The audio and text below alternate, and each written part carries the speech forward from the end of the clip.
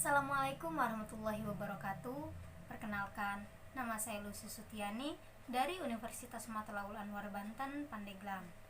Kali ini saya akan membahas sedikit mengenai ekonomi syariah, di mana pengertian ekonomi syariah itu sendiri adalah ilmu pengetahuan sosial yang mempelajari tentang masalah-masalah ekonomi rakyat yang telah dinilai oleh nilai-nilai Islam.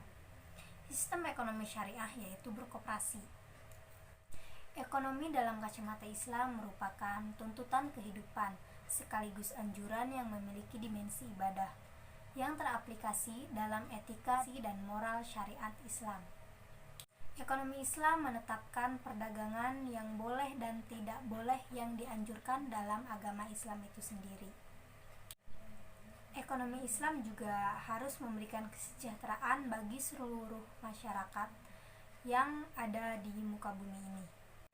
Ekonomi syariah menekankan 4 sifat, yaitu yang pertama kesatuan, yang kedua keseimbangan, yang ketiga kebebasan, dan yang terakhir itu tanggung jawab.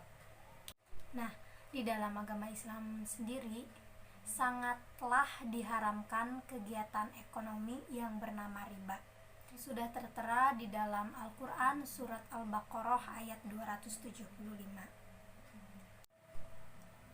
Yang artinya bahwa orang-orang yang memakan atau mengambil riba tidak dapat berdiri melainkan seperti berdirinya orang yang kemasukan syaiton lantaran tekanan penyakit gila. Keadaan mereka yang demikian itu adalah disebabkan mereka berkata atau berpendapat sesungguhnya jual beli itu sama dengan riba, padahal Allah telah menghalalkan jual beli dan mengharamkan riba. Ada juga organisasi masyarakat di bidang ekonomi syariah, yaitu MES, Masyarakat Ekonomi Syariah. Adapun tujuan ekonomi syariah dalam Islam yaitu mempunyai tujuan untuk memberikan keselarasan bagi kehidupan di dunia.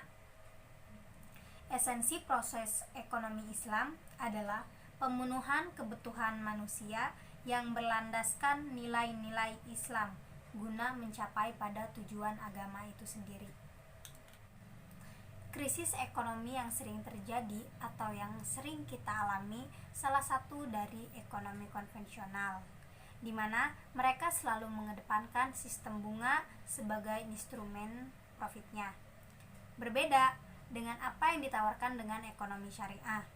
Mereka instrumen profitnya menggunakan sistem bagi hasil.